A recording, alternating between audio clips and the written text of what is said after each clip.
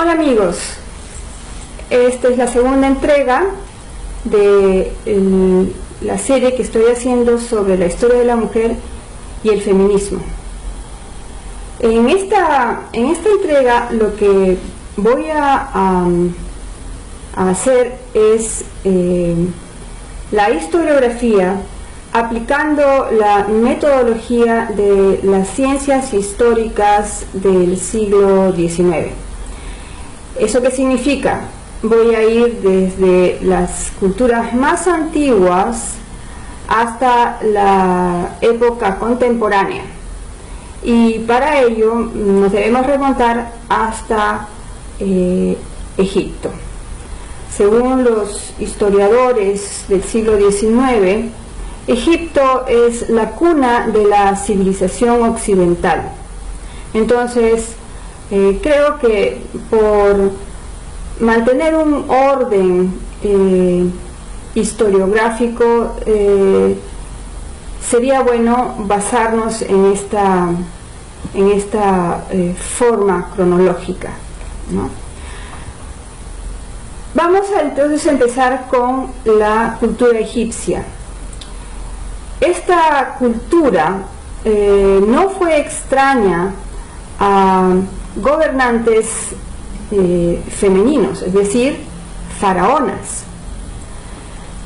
La primera mujer faraona que tuvo, relevante, importante, que tuvo la cultura egipcia fue Hatshepsut, que reinó más o menos por un periodo de 22 a 25 años.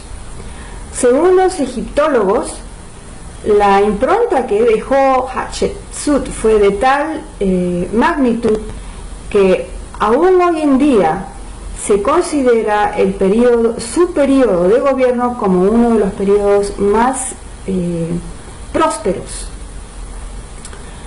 Luego, más adelante, aparece otra gran figura femenina que es Nefertiti.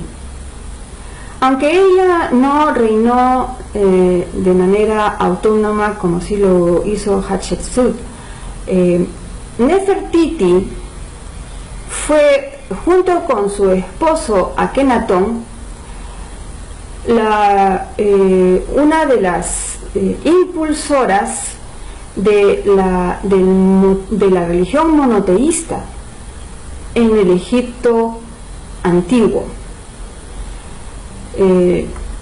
Fue toda una revolución social, religiosa y política que junto con su esposo Akenatón, Nefertiti llevó a cabo. Más adelante, ya cerca a la era cristiana, hay otra gran figura que es la de Cleopatra VII, que en el argot popular solamente se le conoce como Cleopatra. Cleopatra VII fue una descendiente de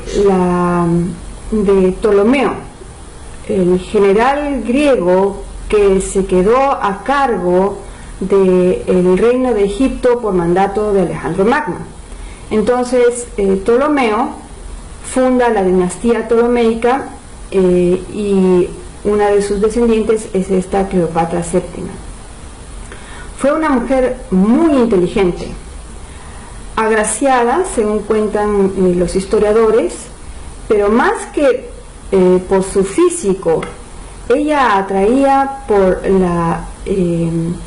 por su inteligencia, por la agudeza de su inteligencia. Era una mujer sumamente leída, muy cultivada. Ella impulsó las letras, las ciencias, e inclusive fue patrocinadora de la fabulosa Biblioteca de Alejandría. Entonces fue una estadista de talla mundial que luego cayó desafortunadamente por las circunstancias históricas.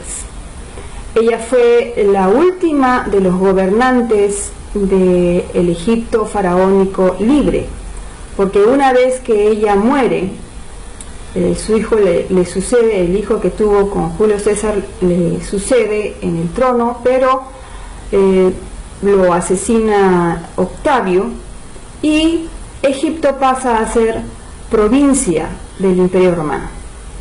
Entonces, estas son tres figuras, ¿no?, de las muchas más que la cultura egipcia muestra.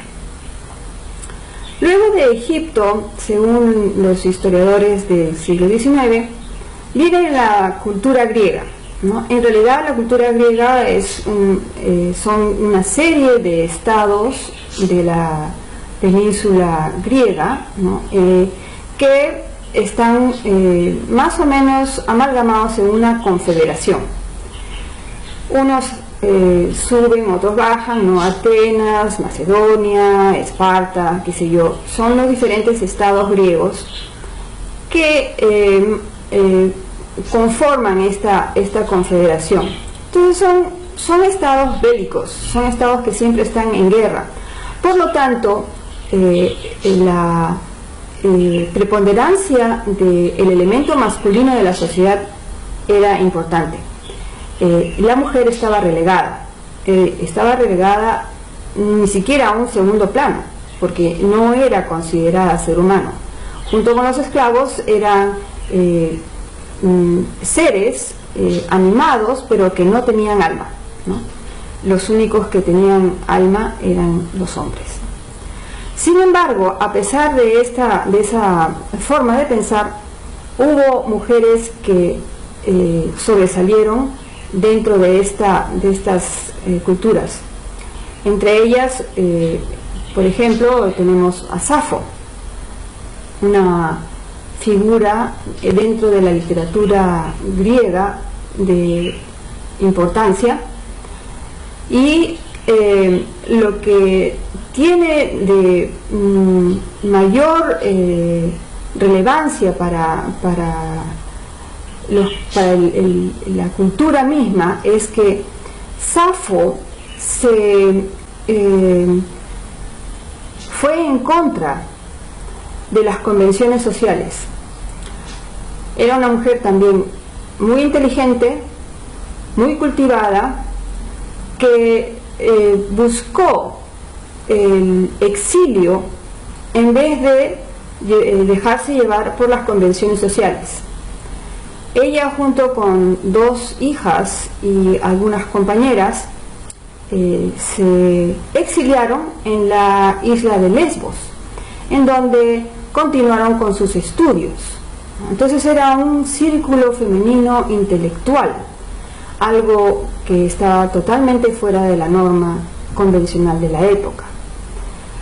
Lesbos, de ahí viene la palabra lesbiana, que hoy en día tiene una connotación sexual, pero en realidad la etimología de la palabra es más bien el conjunto de mujeres intelectuales que buscan llevar a cabo sus estudios, ¿no?, con la igualdad de un hombre. Luego tenemos a Aspasia. Esta mujer también fue de gran relieve dentro de la historia griega, porque ella fue la amante de Pericles. Pericles fue el gobernante de Atenas, ¿no?, en el siglo de oro. Entonces ella llevaba a su círculo a los grandes intelectuales de la época, y departía con ellos de tú a tú, en el mismo nivel. La cultura griega, en realidad, como ya dije, relegaba a la mujer ni siquiera a un segundo plano, sino simplemente estaba escondida. Sin embargo, la literatura que nos dejaron los griegos tiene personajes femeninos que son realmente magníficos. Por ejemplo, Sófocles escribe Antígona, que es una como recordarán mis alumnos en la universidad, es un personaje femenino extraordinario, ¿no? Es una mujer que muere por sus convicciones. Luego tenemos a Electra, que es la contraparte de Edipo Rey. Eurípides, por su lado, escribe, por ejemplo, Ifigenia e Ifigenia en Aulis. Ifigenia era una virgen griega que se inmola, se sacrifica, porque la flota griega estaba en las playas de Troya bajo el yugo de las plagas, y los dioses pedían la sangre de una virgen. Entonces ella se sacrifica. Otra figura que también es realmente heroica es Medea, la reina africana, que por la traición que le hacen, se mata. Primero mata a sus hijos, luego se mata a ella, porque no acepta que se mancille su honor de esa manera. Entonces vemos que aquí hay figuras femeninas, ¿no?, de gran trascendencia, ¿no?, de proporciones extraordinarias. Eso significa que la mujer no puede haber estado en esa situación de marginación como algunos estudiosos sustentan. Yo creo que hay mucho por estudiar, hay mucho por investigar sobre cuál ha sido el aporte de las mujeres en estas dos grandes culturas, más allá de las figuras que he nombrado o de los personajes que nos han dejado la literatura griega, ¿no? Con esto voy a terminar esta primera parte. En la siguiente voy a hablar sobre las mujeres al inicio de la era cristiana, que es importantísimo tocar, porque a partir de ahí es que vemos un cambio en las culturas occidentales con relación a la mujer. Como siempre, deseo que ustedes hagan comentarios sobre el tema, analicen, investiguen, ¿no? Y con ello ojalá podamos aportar a un entendimiento mejor de cuál fue y de cuál es el papel que la mujer debe tener dentro de las sociedades occidentales. Nos vemos.